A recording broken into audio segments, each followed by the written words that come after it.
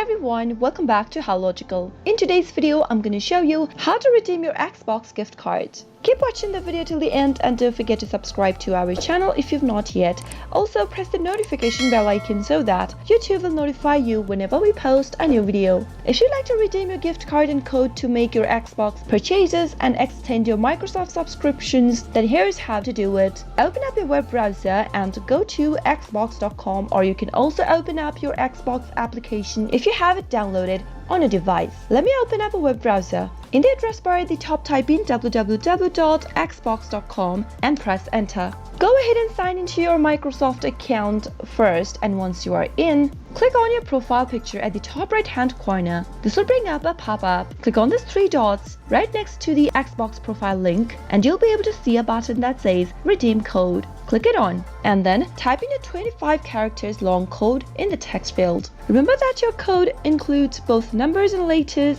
Type it in the text box and you'll be able to redeem your gift card for Xbox.